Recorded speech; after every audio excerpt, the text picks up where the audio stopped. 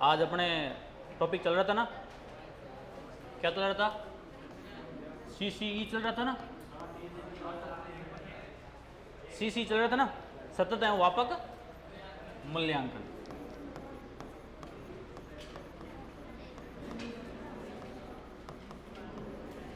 सतत एवं व्यापक मूल्यांकन। टेस्ट में मिले आपको सवाल कोई देखने के लिए है? मिला एक दो सवाल? पहले बताओ पेपर कैसा था, लेवल कैसा था? लेवल बढ़िया था, चलो कोई बात नहीं, है ना। पेपर बता देंगे आपको क्या क्या उत्तर है। कहाँ तक पढ़े थे अपने? कहाँ तक पढ़ा था अपने? पढ़ा कहाँ तक था? विशेषता हो गई थी, परिभाषा हो गई, और क्या रहा? अच्छा, प्रकार लिखा दिए थे। अच्छा, तो आज अपन बात करते हैं कि भाई सबसे पहले ये लागू कब हुई। तो एक दिन ध्यान रखना कि सबसे पहले सीसीई की बात 1986 में हो गई थी। 1986 में एक आपको पता होगा कि भाई एक आई थी एनपीई, न्यू शिक्षण पॉलिसी, है ना, नई शिक्षा नीति।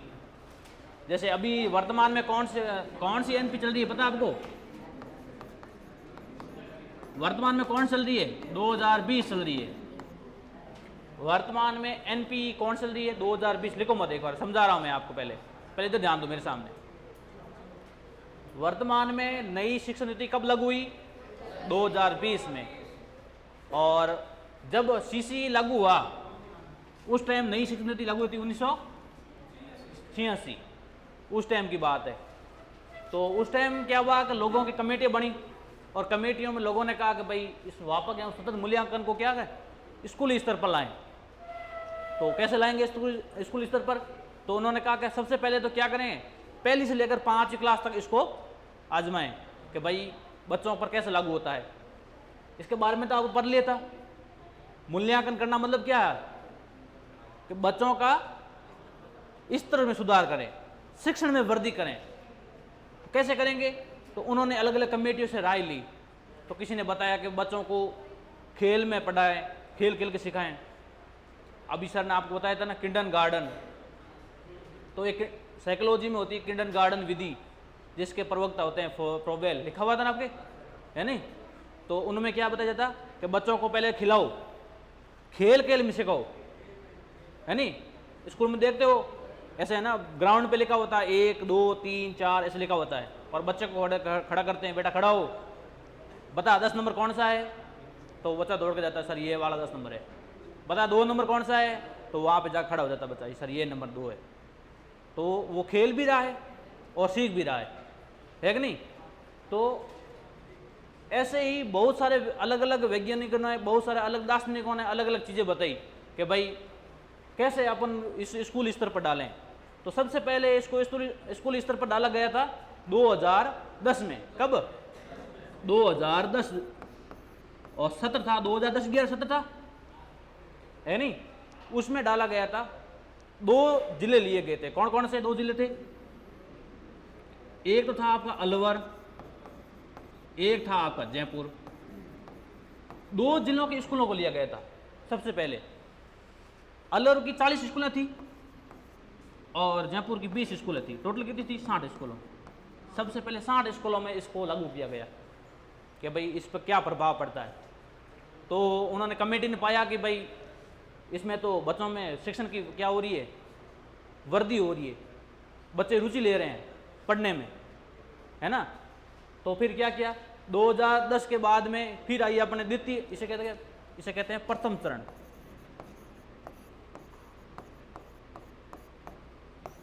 आपके सवाल कैसा आएगा कि प्रथम चरण में कितने विद्यालयों को लिया गया था? या ऐसा आएगा प्रथम चरण में सीसी के अंतर्गत कितने विद्यालयों को लिया गया था? 60। अनुपात पूछ लिया कि अलवर और जयपुर जिले के कितने थे? 40 और 20। यदि ऐसे बोल रहे कि अलवर में कितने थे? 40, तो आपको पता चल जाएगा। फिर अब ये तो हो गए अपने जिले। अब इसके बाद में आपके बताओ कि भी स्कूल स्तर पर लिया गया था, तो स्कूल कौन कितने से कितने तक थी? तो प्राथमिक विद्यालय था। क्या था? प्राथमिक विद्यालय। अब बताओ प्राथमिक विद्यालय कहाँ से कहाँ तक होता है? पहली से पांचवी। अभी तो बहुत है रे, अभी तो क्या है कि केजी, LKG, UKG ऐसे बहुत सारी होती है। पहले के ज़माने में हम पढ़ते थे पहली, दूसरी और ऐसे चलती थी, है नहीं? अभी तो बहुत चलती है। अभी तो पहले डालो LKG में डालो, फिर UKG, फिर वो पता नहीं क्या क्या KG है ना, उसमें डालो, फिर बाद में आएगा प्रेप, फर्स्ट, ऐसा रहता है। हाँ, 4 साल के बाद में पहली में आए। तो प्रथम चरण में कितने स्कूलें ली गई थी? 60 स्कूलें।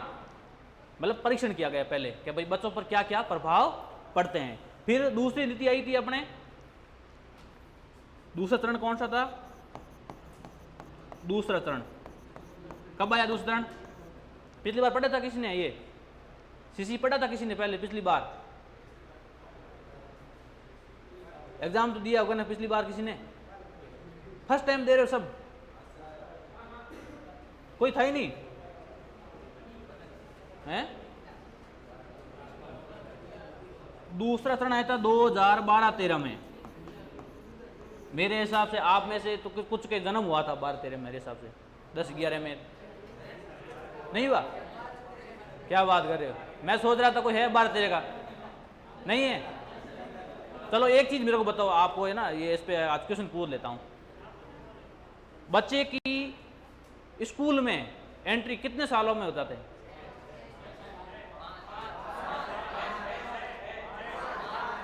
चलो एक बात बताओ, आप अपने पे एक उदाहरण ले, 12 साल में? क्या बात। पता है 4 साल के बाद में पहले क्या करते हैं, उसको केंद्र में डालते हैं। 2 साल लेता है, फिर 5 साल कंप्लीट हो जाते हैं, फिर छठी में क्या उसका नाम बढ़ता है, 36 साल में उसका नाम बढ़ता है। ठीक है? पिछली जो शिक्षा नीति थी उसके अंतर्गत 5 साल थे, अभी 6 साल है। ठीक है? ऐसा सवाल आएगा नहीं, लेकिन फिर भी आपको नॉलेज जरूरी है। ठीक है नहीं? तो दूसरा चरण कब आया? 2012-13 में। इसमें कितनी स्कूलें थी? इसमें था 178 ब्लॉक थे और 3059 स्कूलें थी। कितने थे इसमें? 178 ब्लॉक थे। हाँ, अभी अपना ओ से ब्लॉक है कि नहीं? और स्कूलें कितनी थी? 3059 स्कूलें थी।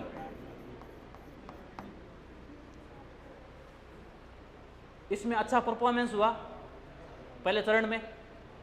फिर क्या उन्होंने क्या कहा? और बढ़ाते हैं, इसका क्राइटेरिया क्या करते हैं? और बढ़ाते हैं। तो कितने ब्लॉक ले लिए उसने? 178 ब्लॉक और 3059 स्कूलें ले ली। फिर क्या किया? स्कूल लिए इतनी ज़्यादा स्कूलें तो प्राथमिक है नहीं, तो क्या की इसने? 6वीं से 8 तक और परीक्षण कर लिया, कक्षा 6 से 8 तक। और आपको पता होगा कि इसके अंतर्गत क्या किया गया था? पहली से लेकर 8वीं तक किसी को फेल नहीं किया जाए, है कि नहीं था?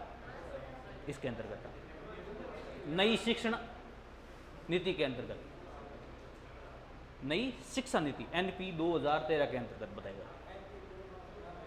है। अब बताए ना, नई शिक्षा नीति। अब इंग्लिश कर लो इसका, NPE।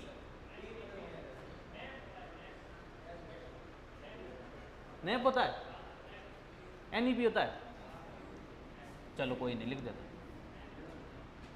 चल, न्यू एजुकेशन पॉलिसी है ना? हाँ सही बात है, न्यू एजुकेशन पॉलिसी। चलो कोई नहीं, हो जाता है। तो दूसरे चरण में कितने स्कूलें थी? 3059। और जब ये विद्यालय थे ना, जैसे अभी वर्तमान में आपको पता होगा कि गांधी स्कूलें चल रही है, इंग्लिश मीडियम की गांधी स्कूल है ना? उनको गांधी स्कूल मतलब बता रहे हैं, इंग्लिश मीडियम के नाम भी गांधी स्कूल का दे रहा है। तो उस टाइम उसको क्या नाम दिया गया था? लहर विद्यालय। क्या दिया था?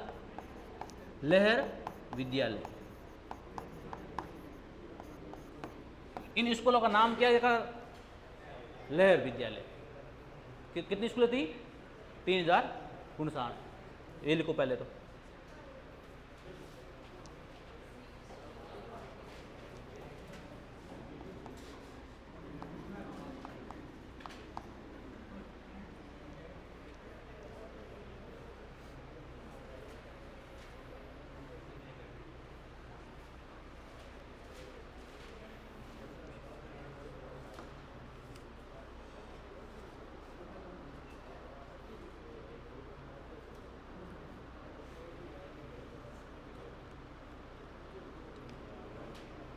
मेरे हिसाब से ये NPE है, सही, नैप नहीं है।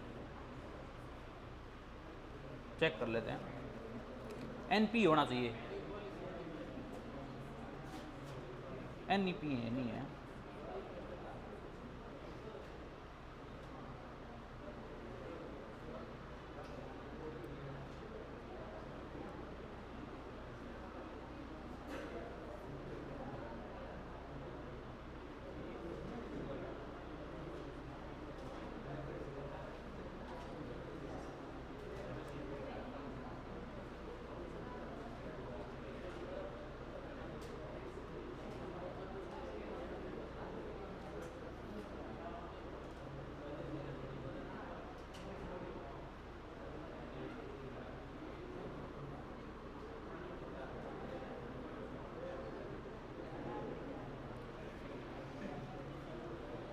चलो कोई नहीं,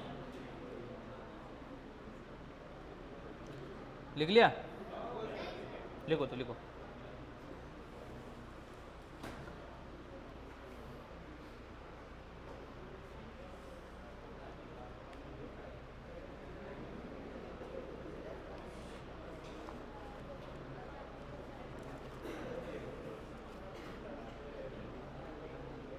बातें मत करो, लिख लो चुपचाप।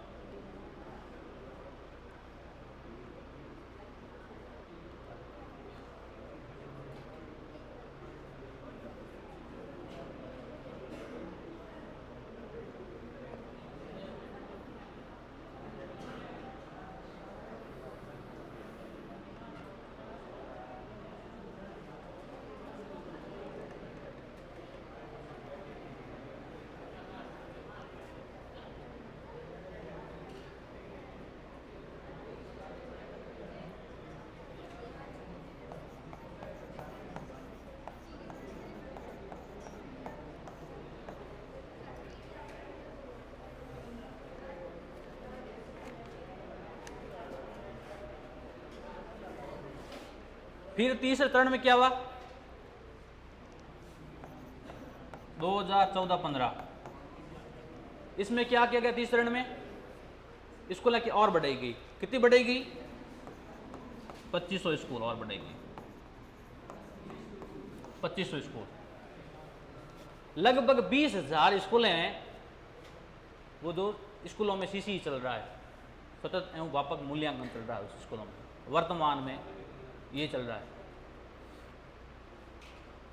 अब आप पूछोगे सर ये CC अंतर्गत आता किसके अंतर्गत है, तो 2005 में आया था आपके NCF, नेशनल करिकुलम फ्रेमवर्क, राष्ट्रीय पाठ्यचर्या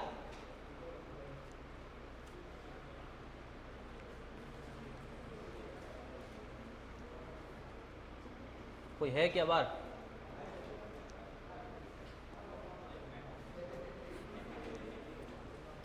तो NCF का फुल फॉर्म क्या है, राष्ट्रीय पाठ्यचर्या रूपरेखा। 2005 में आया था NCF, उसने इसको स्वीकार लिया, किसको, CCE को।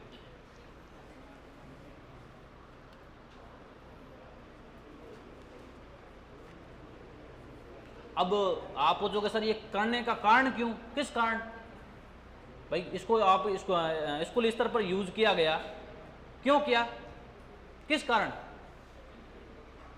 तो सबसे पहले तो क्या, इसमें शैक्षिक स्तर था ना बच्चों का, वो बढ़ा, उस बढ़ाने के लिए उसको CC को लिया। अब CC के अंतर्गत तो पता ही है ना आपको क्या होता है, मूल्यांकन तो क्या होता है, बच्चे के पहले तो क्या करते हैं, पहले तो अपना पाठ्यक्रम पूरा किया जाता है, उसके अंतर्गत साथ साथ क्या करते हैं, बच्चे के जो मानसिक उद्वेलना है उसको शांत करते हैं, मतलब उसके उठने वाले क्वेश्चन को क्या करते हैं, उसको बताते हैं, समझाते हैं उसको कि भाई कैसे होता है ये, है ना। कभी कभी ऐसे बैठे रहते तो ना सवाल पढ़ाते पढ़ाते पढ़ाते पढ़े हिंदी का पढ़ाते हैं कि भाई श्रवण ने वो पानी भरने गया, वहाँ पे हिंदी का पाठ पढ़ाते रहे, है ना, तो उसको तीर लग गई।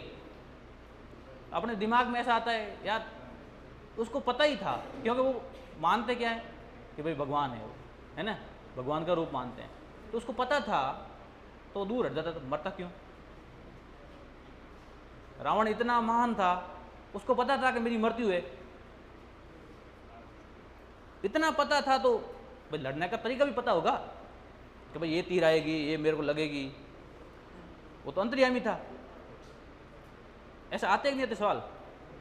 तो उसको टीचर क्या करते हैं, धीरे धीरे उसको समझाते हैं, बेटा ऐसा नहीं है, वो अंतर्यामी में जरूर था, लेकिन भगवान जी उससे बहुत आगे थे, आगे की सोच रखते थे, है कि नहीं? तो उसकी वो अपने आप उदिलना क्या हो जाती है, शांत हो जाती है।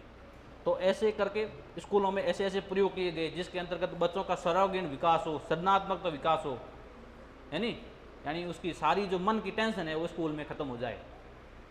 ऐसे ऐसे प्रयोग किए गए स्कूलों में, ऐसी ऐसी विधियाँ लाई गई जिसके अंतर्गत टीचर को बच्चों तक पहुँचाने में उनको भी आनंद आता था और बच्चों को भी आनंद आता। ऐसी ऐसी विधियाँ लाई गई, अलग अलग लोगों से पूछा गया, आपको पूछ रहा हूँ मैं कि भाई ऐसी विधियाँ बताओ जिससे बच्चों को आप अच्छा आसानी से भाई पढ़ा सको। तो आप कोई बताएगा सर खिला के पढ़ाओ, कोई कहे सर इसको लिखा के पढ़ाओ, कोई कहे सर इसको बोल के पढ़ाओ, है ना। अलग अलग व्यक्तियों के अलग अलग विचार थे, तो वो अपने इतना डीप जाना नहीं, ठीक है, इसलिए इसको डाला गया था। अब डालने का कारण क्या है?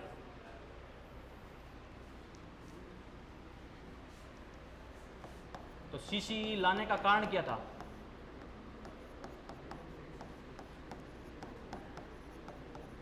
क्या था? सबसे पहले तो क्या हो, शिक्षण में वृद्धि हो,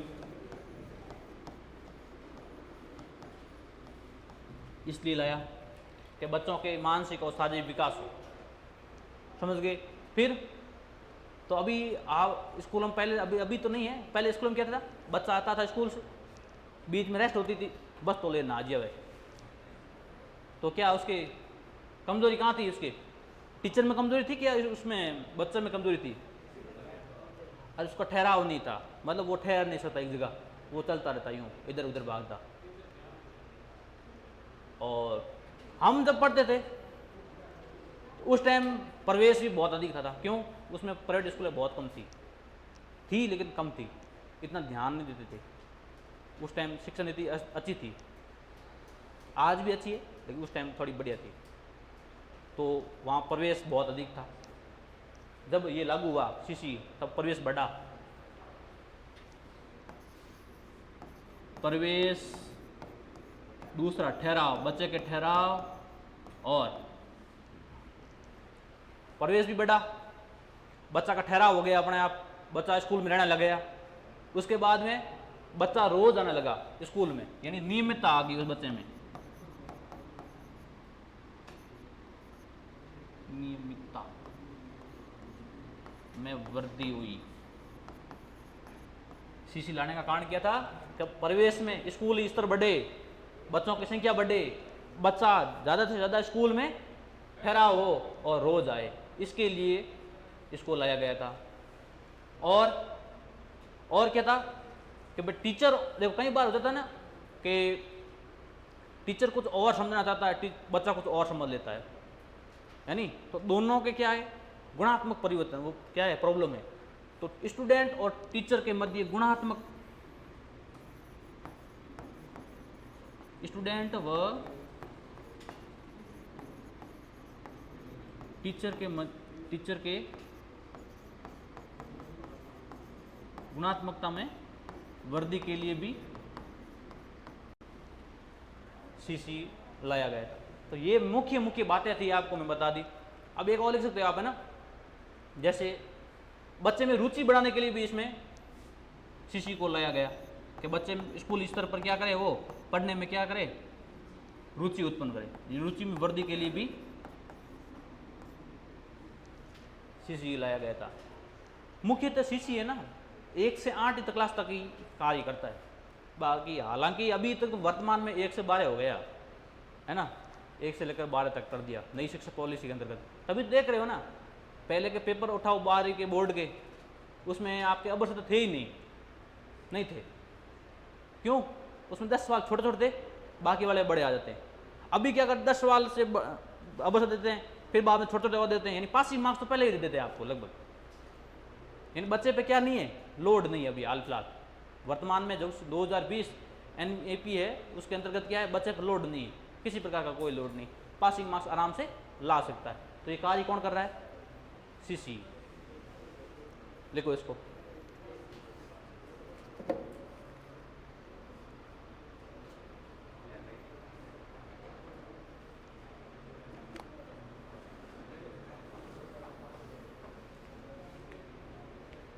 सीसी की फुल फॉर्म तो पता है ना? पता ही नहीं है। अब हिंदी में बता रहा हूँ कब से, इंग्लिश में बताऊँ? इंग्लिश में जरूरी है तो लिख लो कई बार। सतत को क्या कहते हैं? कंटिन्यूस। वापो क्या कहते हैं? कंप्रेसिव। और मूल्यांकन को क्या कहते हैं? इवोल्यूशन। क्या कहते हैं? सीसी की फुल फॉर्म लिख लो यहाँ पे ना, कहीं पे नोट लगा के लिख दो।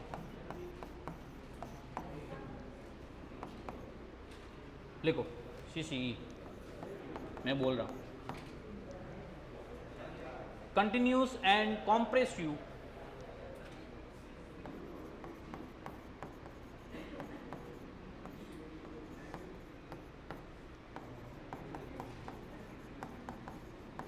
Continuous and compressive evolution.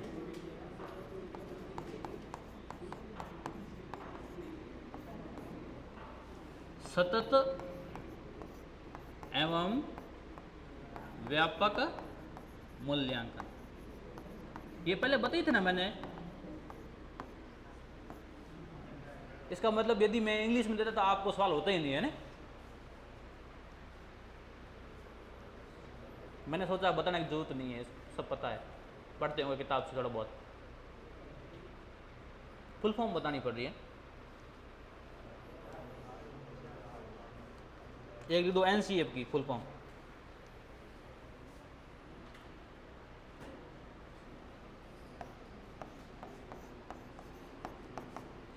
National curriculum framework.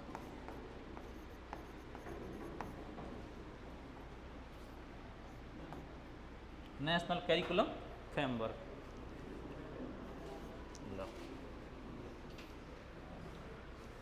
Hindi में क्या कहते हैं? राष्ट्रीय पाठ्यचर्या रूपरेखा। राष्ट्रीय पाठ्यचर्या रूपरेखा, यानी आपके सिलेबस कैसा होगा वो कौन तय करता है? एनसीईआरटी। आपने एनसीईआरटी देखा है? कहीं पे लिखा हुआ है? किताबों में लिखी होती है ना। अपने राजस्थान में क्या चल रहा है? RSERT नहीं चल रहा है?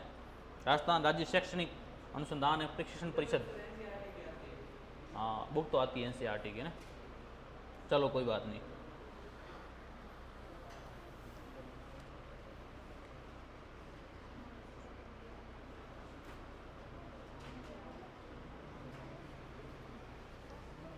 एक पॉइंट और लिख लिया। एक आई थी NEP कितना है? 2009 आई थी। नई शिक्षण नीति 2009 के अनुसार क्या था कि 6 से 14 वर्ष तक बच्चों का क्या हो? 6 से 14 वर्ष तक बच्चों का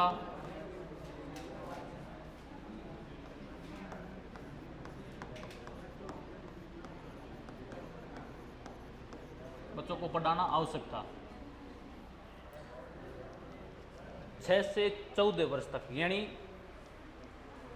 देखें तो 8वीं क्लास तक बच्चों को पढ़ाना क्या था? जरूरी। और 8वीं क्लास तक कोई फीस नहीं थी।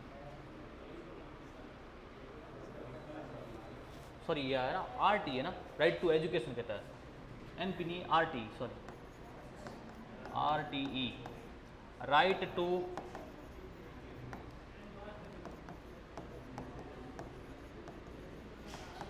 एजुकेशन। हिंदी में क्या कहते हैं पता है आपको? हाँ, शिक्षा के अधिकार में 6 से 14 वर्ष के बच्चों को पढ़ाना आवश्यक था। वर्तमान में आपको वही ये चल रही है। अब बताओ 14 वर्ष का बालक होगा तो कौन सी क्लास में होगा? 10वीं हो जाएगा। तो क्या 2 वर्ष में बच्चों को अलग हो स्कूल में?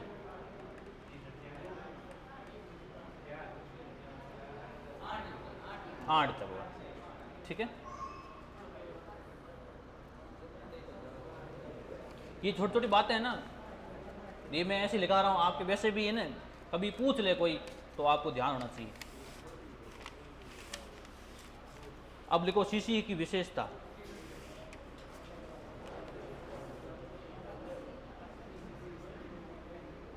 सीसीई की विशेषता।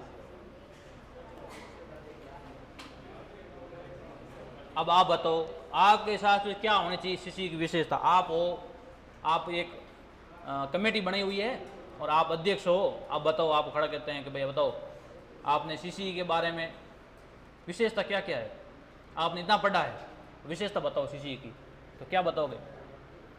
इसके नाम में ही है सबसे पहले तो, इसमें क्या है, सततता होती है।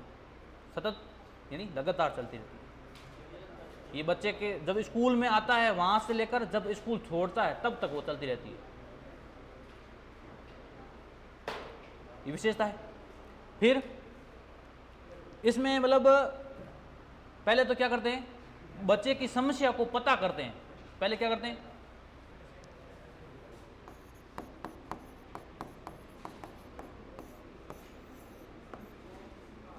पहला पॉइंट तो क्या था, सतत या निरंतर चलने वाली प्रक्रिया ये है।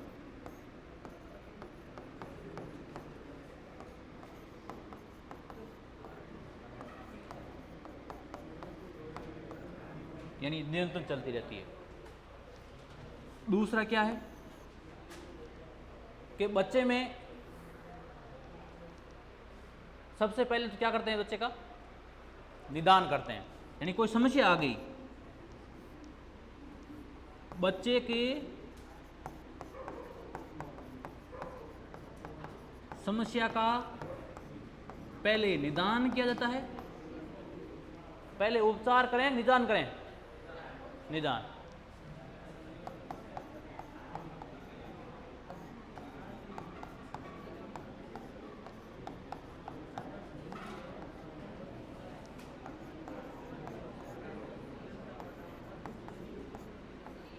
तथा बाद में क्या करें, उपचार किया जाता है।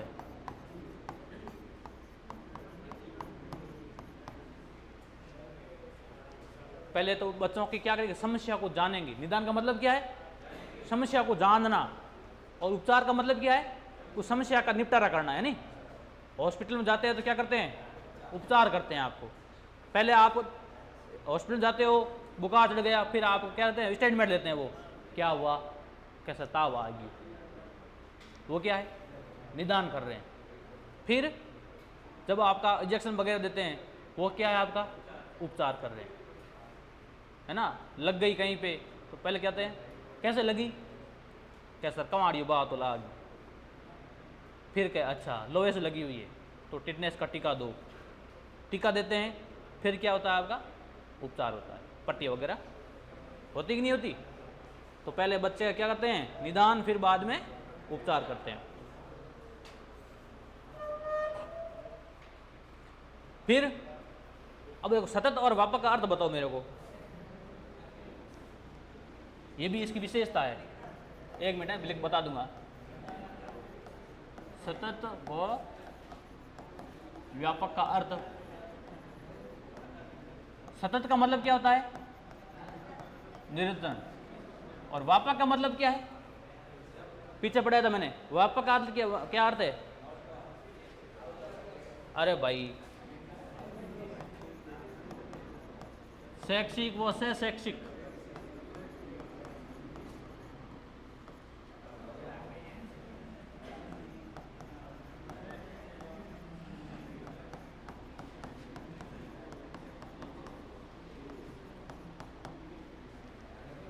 ये तो पता है ना, शैक्षिक कौन सा है,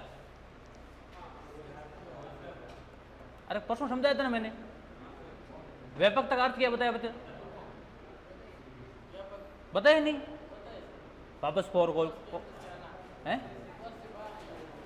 अरे शैक्षिक और शैक्षिक का मतलब क्या, देखो पहले इसको, व्यापकता बताई थी ना मैंने, इस विशेषता में, मूल्यांकन की विशेषता में बताई थी ना व्यापकता। क्या अर्थ है व्यापकता का, ये पसंद भी आया हुआ शायद मेरे हिसाब से। आउट ऑफ सिलेबस नहीं आना।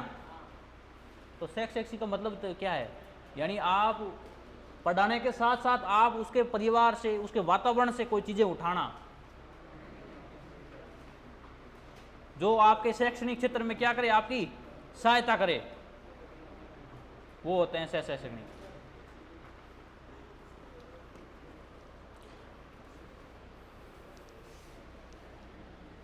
लिखो, ज़्यादा हो जाएगा फिर दिखाते हैं ना।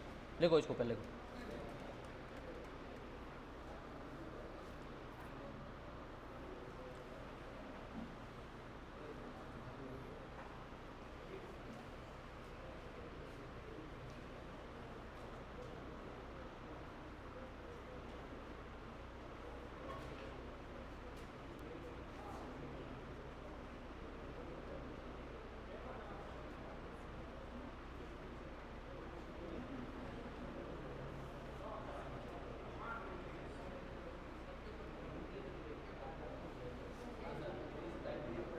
पाँच मिनट करा मैं।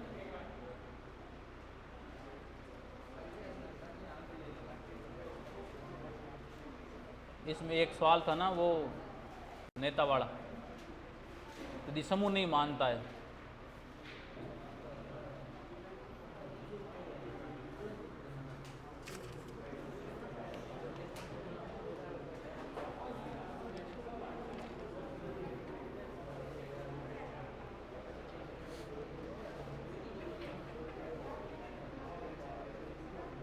लिख लिया, लिख लिया रे। तो नेक्स्ट इसकी विशेषता क्या है, ये भी लिखनी है ना। हेलो,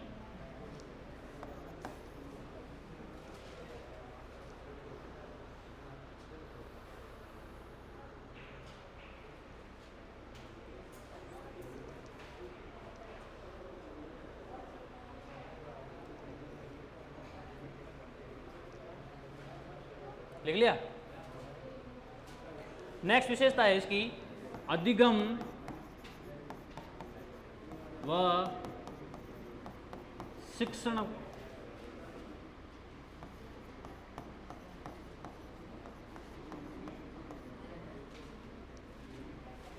सीखना और सिखाने में बच्चे को क्या करें, समग्र, दोनों एक दूसरे के साथ संबंध बैठाएं, वो होती है समग्रता। बच्चे की रुचियां, उसकी मनोवृत्ति क्या है, उसकी क्या करें, बालक के अभिरुचि व अभिवृत्ति में परिवर्तन, यानी उसकी रुचि और अभिवृत्ति में क्या, पहले रुचि नहीं थी तो पढ़ने के बाद में उसकी रुचि बढ़ाए, ऐसा शिक्षण हो, उसके लिए सीसी जिम्मेदार। फिर बालक के सभी पक्षों का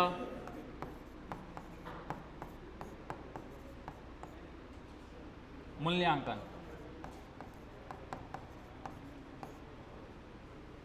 शारीरिक और मानसिक पक्षों क्या हो उसका मूल्यांकन, किसके अंतर्गत होता है, सीसी के अंतर्गत। ये इसकी विशेषताएं थी।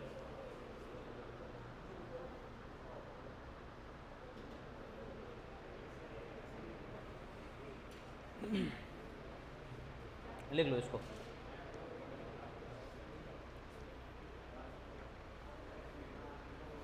मैं ना बीच में अधूरा छोड़ रहा हूँ, आप आगे लिख देना, ठीक है। मैं बोल रहा हूँ तो लिख कर छोड़ दूंगा।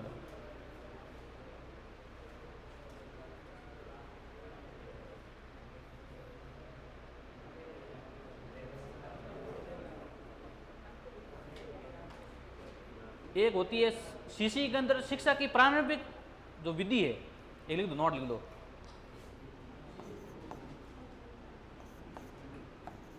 सीसी के अंतर्गत शिक्षण की पारंपरिक विधि, इसे चालक इंग्लिश में ना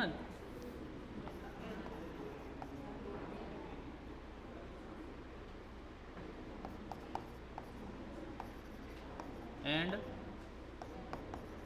टाल, ये विधि है ना प्रारंभिक। पहले चलते रहो, बोलते रहो, सीखते रहो, यानी आगे बढ़ते रहो और सीखते रहो। ये प्रारंभिक विधि थी पहले, पुरानी विधि। चलो पेपर पढ़ते हैं अभी ना, निकालो पेपर,